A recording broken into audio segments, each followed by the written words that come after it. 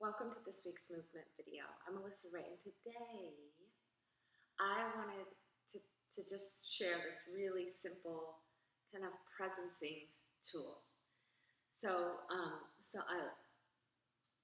that comes to some of my classes, my Franklin Method classes live, asked me, what's another way I can practice being present just in my daily life? Now, she has two small boys.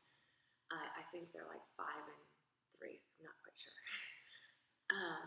And I'm just going to share an experience that worked for me, because perhaps you're going to just take and glean whatever from that works for you. And that's my suggestion. What works for me isn't always going to work for you, and vice versa. So there's a way that I can just share my experience, and you'll just take what works for you and leave the rest. When I read to my daughter,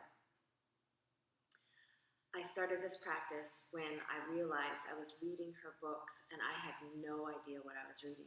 I was just reading and my mind was just like way thinking about what I need to make for dinner, thinking about what I need from the store, thinking about what I need to clean up. My mouse in my head was so going, and I was actually using I'm going to read a book as like a babysitter in a way. It was like I would just go totally unconscious.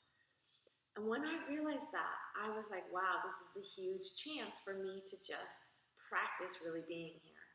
So I would just slowly read and really work to pull my attention back to what I was reading, being in the story with her, really experiencing it as much as possible. And it got better and it got better and it got better. And what I also noticed, so I was just practicing doing that, right? But what I noticed is that the connection between her and I became more rich and it became more enjoyable. So instead of spending like an hour reading a book where I wasn't present and on an energetic level, I was just teaching her that.